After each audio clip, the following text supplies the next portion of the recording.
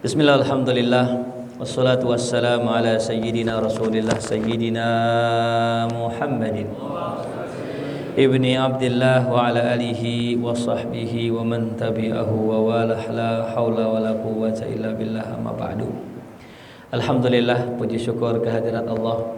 Di malam hari ini, malam Selasa, kita masih bisa istiqomah di majlis kita yang mulia. Mudah-mudahan insyaallah kita istiqomah terus di malam Selasa ini sampai akhir hayat kita, sampai dikumpulkan bersama Nabi kita Muhammad sallallahu alaihi wasallam.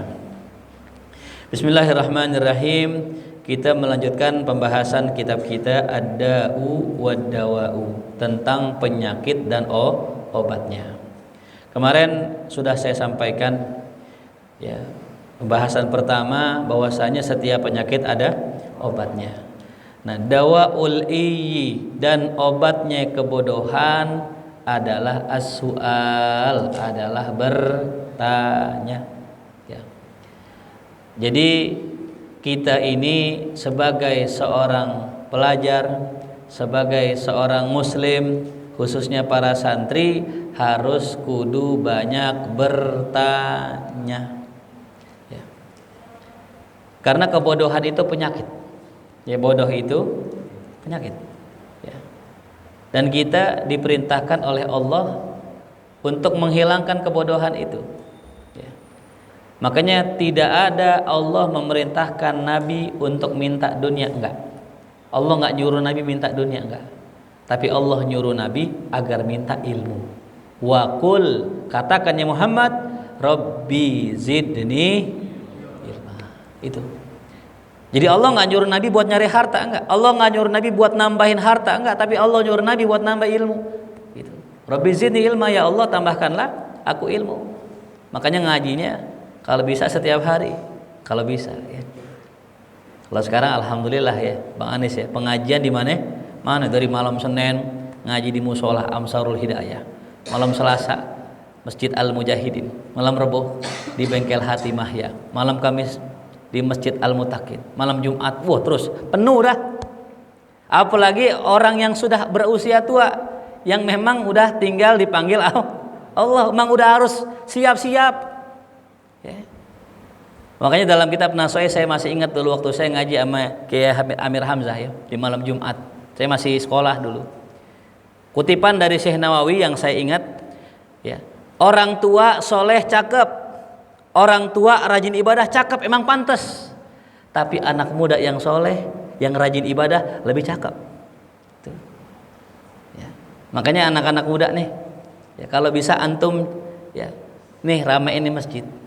Kan namanya Remaja Islam Masjid Al-Mujahidin. Namanya apa? Risma. Apa sih artinya Risma? Remaja Islam Masjid Al-Mujahidin. Berarti mainnya di mana? Nongkrongnya di mana? Nah, besok bikin sekretariat sini ya. Belum bikin ya, belum? Wah, harusnya bikin udah tuh. Nih harusnya nih kalau mau anak muda nongkrong di masjid, dibikinin ruang sekretariat biar nongkrong di situ, ngopi di situ, ya, majelis di situ, ngobrol di situ, nginep di situ. Dulu saya begitu tuh. Dulu kita bikin namanya Remaja Al-Mustaghfirin. Mainnya di mana? Di musola. Ya, azan, sholat jamaah. Azan lagi, sholat jamaah. Emang mainnya di situ. Masih ya pantas kita nongkrong di masjid, nongkrong di musola, tapi sholatnya di rumah ngaco aja kan gitu.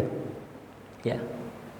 Nah jadi buat anak muda nih, memang yang lebih pantas orang tua ibadah, yang kemana-mana sarungan, kemana-mana pecian, kopiahan, tapi yang lebih cakep lagi anak muda. Itu ya. Saya berharap mudah-mudahan nih remaja-remaja Al-Mujahidin bisa meramaikan, memakmurkan Masjid Al-Mujahidin. Kira-kira siapa Ustaz Badri yang sering ke masjid ini? Nah, yang wajah-wajahnya ini sering nih. Iwan misalnya sering ke masjid, wah itu. Nanti saya kasih hadiah ya. Ahlan wa sahlan, satren sini. Sini depan sini. Sini depan sini. Ya. Nah, jadi begitu. Ya. Depan sini. Nah, ya. Mafhum? Jadi kembali lagi tadi ya. Sebagai seorang muslim kita harus banyak bertanya. Ya, apalagi zaman sekarang Zaman sekarang zaman AI ya. Zaman Google lewat Google. Udah, dulu Ustadz Google, sekarang udah ganti Ustadz AI. Bener ya? Tadi saya ngajar bahasa Arab. Saya punya murid pinter banget. Coba cari zamannya kolbun, kulub. Zamannya nafsun, nufus. Wah, cepet juga dia. Ente pakai kamus? Enggak, pakai AI kan gitu. Astagfirullahaladzim. Ya, ini yang bikin ya bangsa rusak. Ya. Makanya yang boleh menggunakan AI siapa? Guru aja yang emang udah pinter. Biar apa? Biar memudahkan buat bikin soal, buat nyari materi. Kalau buat murid jangan, nih kita punya otak ini lebih canggih dari AI. Gitu. Jelas paham ya? Kembali lagi tadi, dawaul ayyi as-su'al. Obat dari kebodohan adalah bertanya. Wa hadza ya ummu adwa al-qalbi war ruhi wal badani wa adwiyatiha. Qad ja'ala Nabi sallallahu alaihi wasallam al-jahla da'an. Nah ini dia. Obat semacam ini ya, itu manfaatnya umum kepada seluruh obat masalah hati, obat masalah ruh, obat masalah badan dan lain-lain sebagainya. Ya. Jadi kalau kita punya masalah kan bukan masalah zahir doang kan, ada masalah hati juga. Ya, Ustadz, ngapa ya hari-hari ini saya galau terus, saya sedih mulu. Itu kan pertanyaan tuh. Tanya sama guru kita gitu. Ya. Begitupun masalah-masalah yang zahir. Dan Nabi menjadikan kebodohan itu sebagai penyakit. Wa ja'alad dawa'ahu su'alal ulama. Nabi jadikan obatnya itu adalah bertanya kepada ulama. Ya. Jadi jangan malu nanya ulama ya. Tuh. Cuma ngetiknya jangan panjang-panjang juga.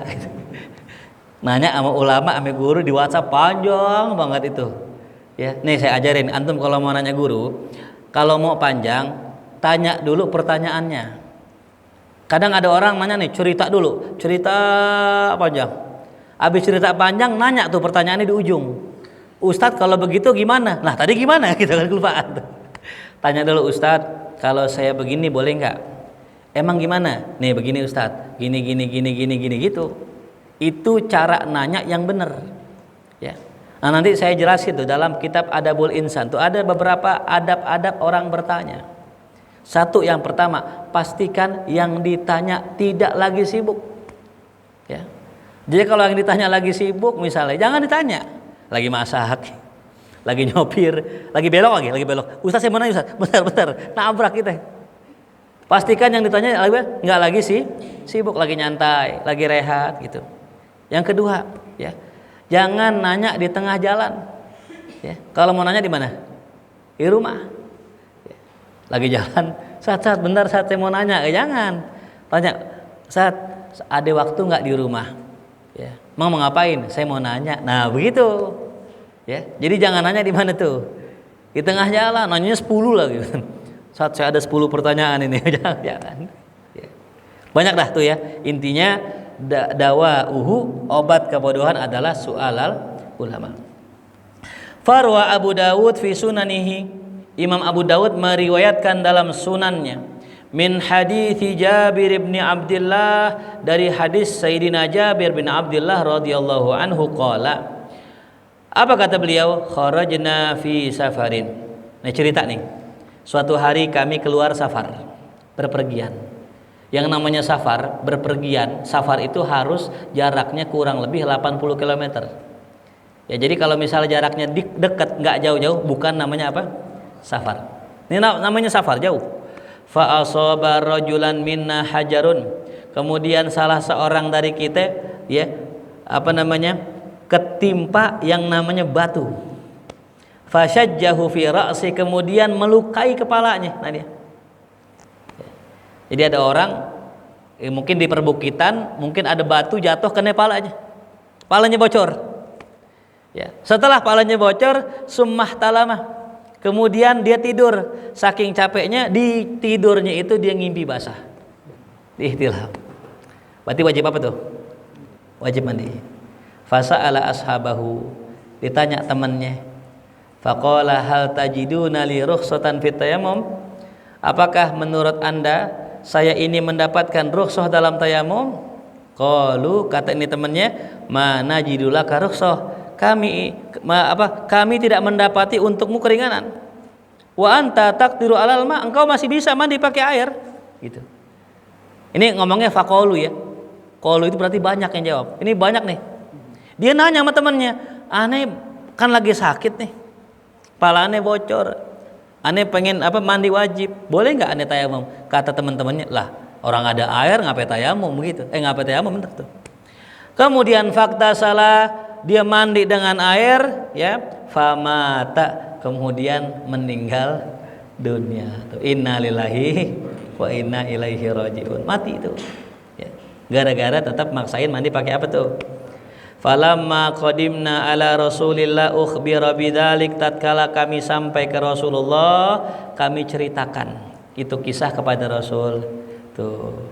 Faqala, maka Rasul menjawab, qataluhu qatalahumullah. Itu teman-teman ente semua yang bilang dia suruh mandi pakai air udah ngebunuh temannya sendiri. Semoga Allah ya qatalahumullah, membunuh mereka tuh, Masya Allah. Ya, tuh baik-baik kita kalau jawab pertanyaan orang jangan sembarangan ya. Ya, makanya kalau kita ngerasa nggak punya jawaban, udah nyuruh nanya yang lain aja dah gitu. Jangan sok-sokan jawab gitu. Ya. Ala sa'alu idza lam ya'lamu. Tidakkah mereka tuh yang jawab nanya dulu kalau nggak tahu. Jangan main langsung jawab. Nanya dulu. Makanya orang sekarang begitu ya, ustadz, kiai disuruh ceramah, disuruh ngajar. Jamaah nggak mau tahu, pokoknya kiai harus bisa jawab semua pertanyaan jamaah. Gitu. Ya ini kan bahaya ini. Nggak semua orang ahli dalam semua bidang. Gitu. Jelas. Ya. Jadi kalau misalnya kita sebagai murid nanya guru bilang nggak tahu, jangan pakai marah. Saat saya mau nanya dong, itu emang benar ya kalau perempuan itu nggak apa-apa nggak disunat? Wah saya nggak tahu dah tuh. Wah Ustadz gimana sih nggak tahu begitu? Ya. Ustadz gak ngaji dulu ya? Nah jangan ya. Namanya manusia masing-masing ada keahliannya gitu. Walaupun ada ulama yang ahli banyak bidang ada.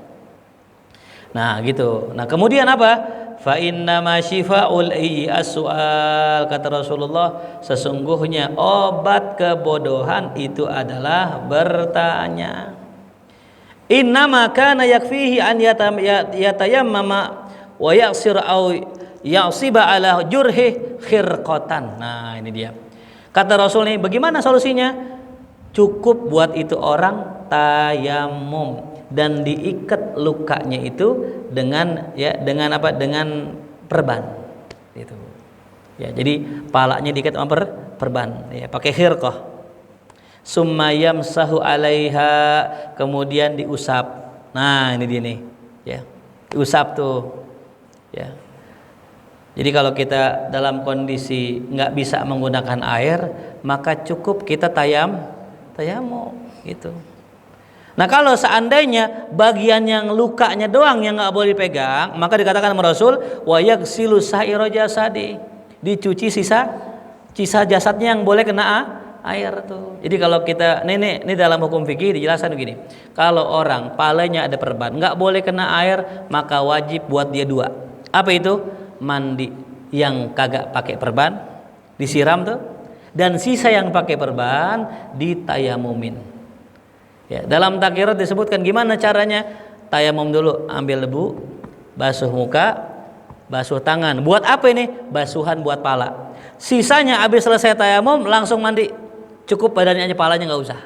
Begitu kata baginda Rasulullah Shallallahu Alaihi Wasallam. Nah selesai dari situ, singkat cerita, ini Jabir bin Abdullah mengalami hal yang serupa. Ya. Jabir bin Abdullah suatu hari beliau itu apa? Beliau itu kondisinya junub, gitu. Kondisi junub, cuman nggak ada air. Kata Nabi tadi apa? Kalau junub kita ada halangan boleh tayam. Cuman kata Jabir kalau aneh tayamum kan aneh mandi. Berarti bagaimana tuh acara mandinya? Ya udah, Jabir bin Abdullah dia berinisiatif, dia gulingan di atas apa tuh? Di atas pasir. Tuh, kenapa? Karena dia kias. Oh iya, kalau mandi sekujur badan, maka tayamum pun apa? Sekujur badan.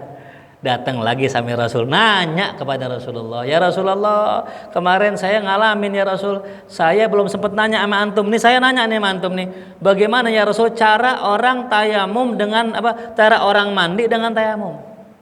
Apa kata Rasulullah? Cukup dibasuh wajah sampai tangan, sama ternyata itu. Ya. Kayaknya nggak masuk akal sih.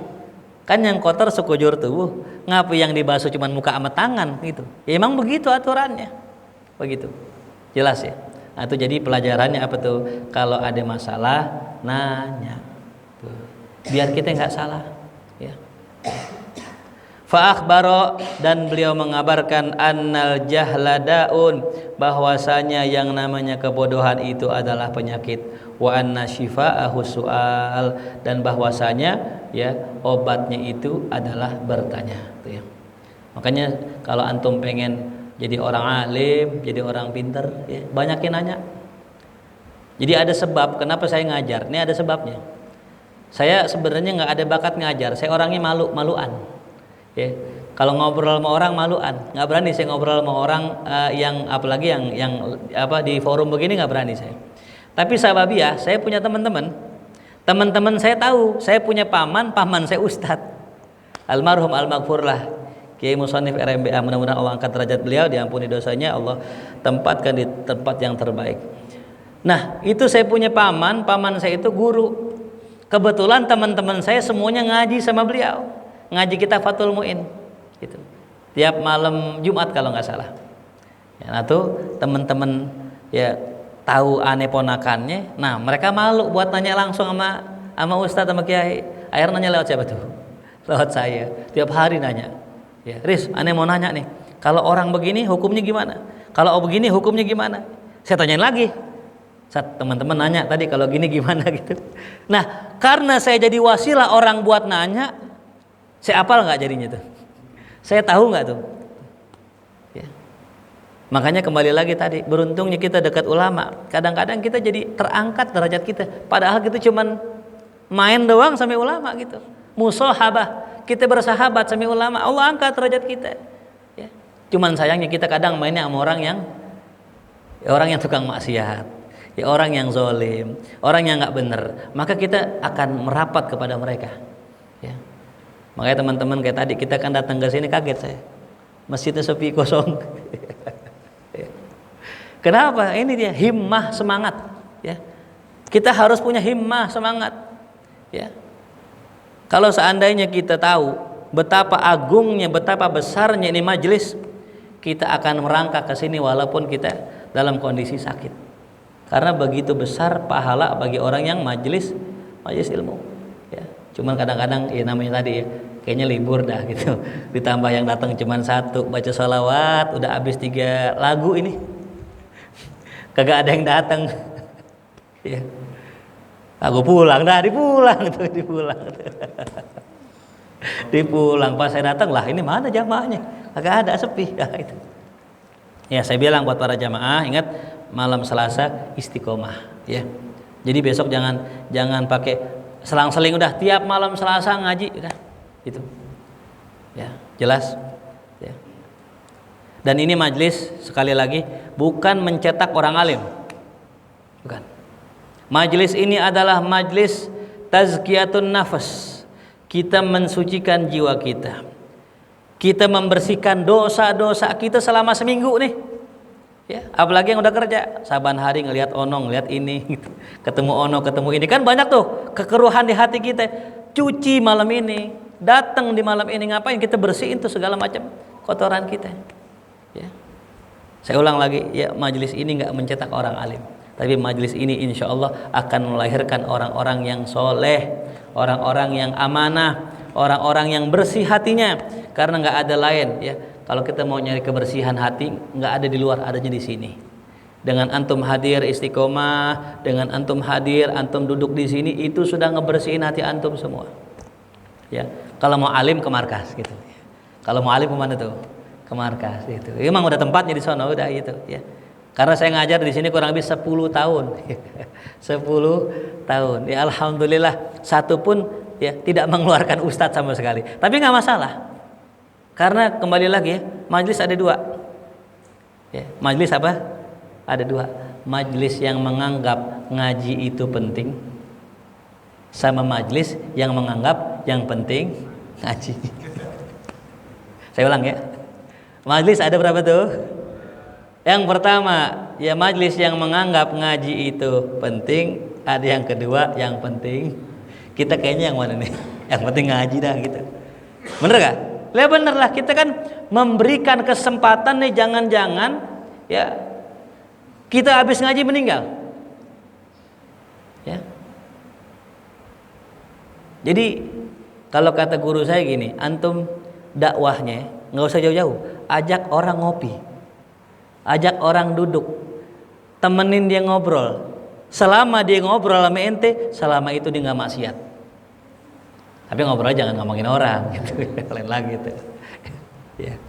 Ngobrolnya agama. Gini nih aneh udah menunda antum dari jam 9 tadi sampai mau jam 10, antum nggak maksiat. Ini dakwah namanya.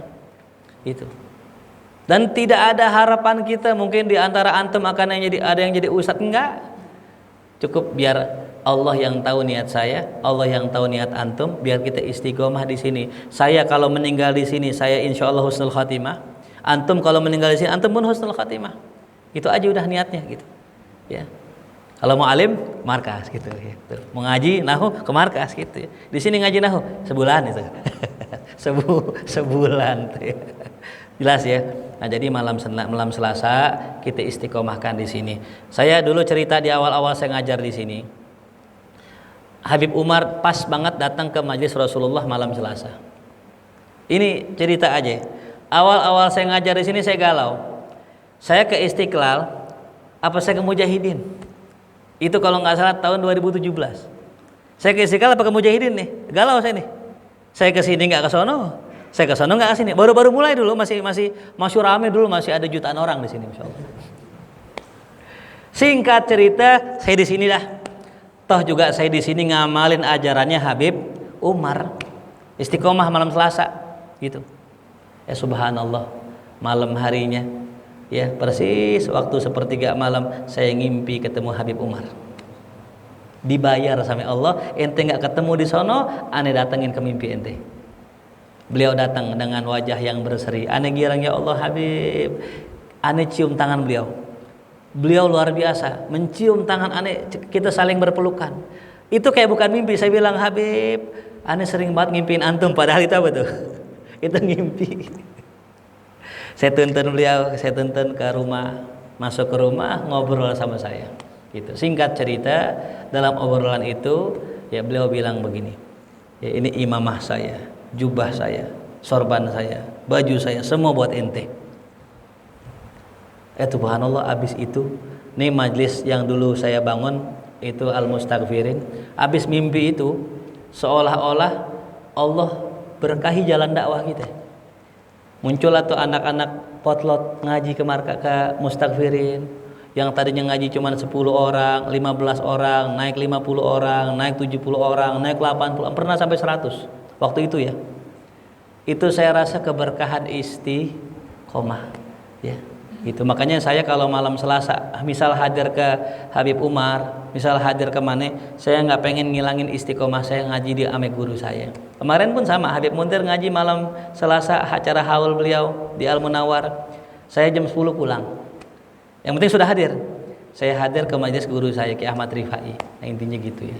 Nah, jadi yang mahal istiqomah. Ya, nah mudah-mudahan teman-teman di sini istiqomah, kita bersama-sama di dunia, di barzakh maupun di akhirat, di surganya Allah Subhanahu wa taala. Kita bacakan Fatihah buat semua orang-orang yang berkhidmah di masjid ini, orang-orang yang menjadi pengurus masjid ini, mudah-mudahan diberikan istiqomah. Juga semua remaja-remaja Islam Al-Mujahidin, mudah-mudahan diberikan taufik di hidayah dan juga bisa istiqomah ngaji di malam Selasanya, dan juga bisa istiqomah mengisi salat berjamaahnya. Ala hadhihi niyyah al-Fatihah. A'udzubillahi minasyaitonir rajim. Bismillahirrahmanirrahim. Alhamdulillahirabbil alamin arrahmanir rahim maliki yaumiddin. Iyyaka na'budu wa iyyaka nasta'in. Ihdinas siratal mustaqim. Shiratal ladzina an'amta 'alaihim ghairil maghdubi 'alaihim waladdallin. Talqin dan doa oleh Ustaz Renal Failahi, boleh tafadhol. Satu ada satu.